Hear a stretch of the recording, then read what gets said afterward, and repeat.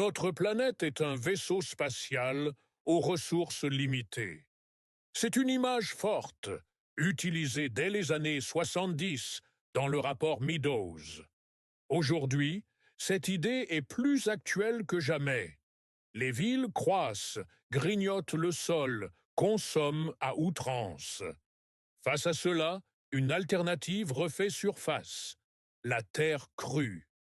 Un matériau ancestral, local et peu transformé, aux performances écologiques remarquables.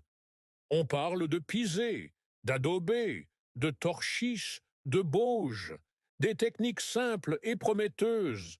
Ces savoir-faire traditionnels façonnent des habitats denses, frais et adaptés au climat. À Shibam, au Yémen, les briques d'adobé montent jusqu'à R+6.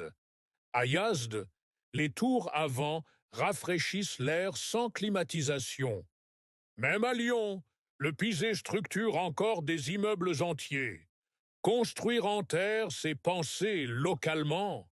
Chaque région a sa technique, son architecture, son identité.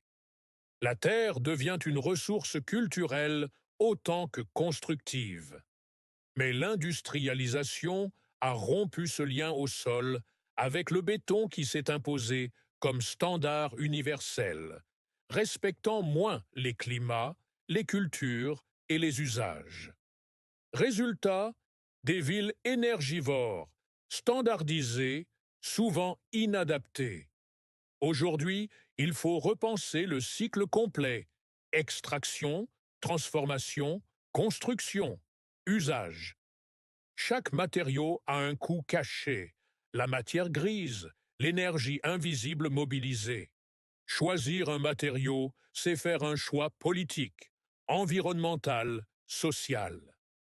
Des architectes comme Francis Kéré, Anna Ehringer ou Ravero montrent une autre voie: construire avec les ressources locales en formant les habitants.